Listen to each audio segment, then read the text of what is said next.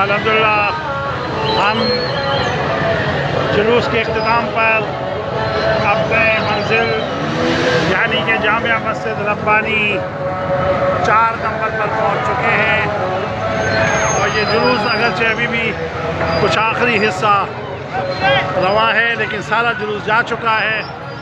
जुलूस का अख्ताम हो चुका है और ये वो लोग जो उसके बाद आ रहे हैं या कुछ जुलूस के शरका ये अब जा रहे हैं और हम अपनी मंजिल यानी जामा मस्जिद रब्बानी पे आ चुके हैं। अल्हम्दुलिल्लाह जुलूस के अख्ताम के बाद अल्हम्दुलिल्लाह नमाज मगरिब के लिए जामिया मस्जिद रब्बानी